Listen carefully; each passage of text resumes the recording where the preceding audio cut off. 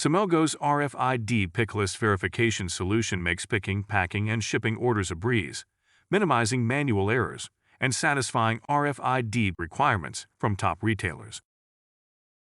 To begin, enter the Picklist app from the home page. Start by selecting Add New Items and choose the location of the transfer order. Next, specify the order's tracking number or advanced shipping notice by either scanning a barcode or typing it in to populate the pick list. Verify that all the IDs for this order have been added to the list, then press Start.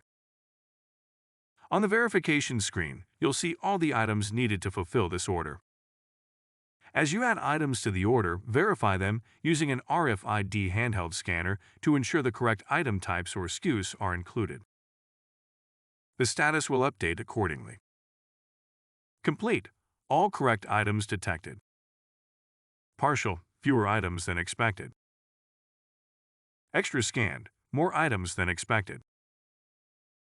In addition to RFID, our app also supports QR and manual verification by typing in the scanned quantity. You can also apply filters to view items with specific statuses and sort the list based on your preferences. Upon completion, press Review to confirm the verification details prior to submission. Finally, hit the Submit button to finish verification.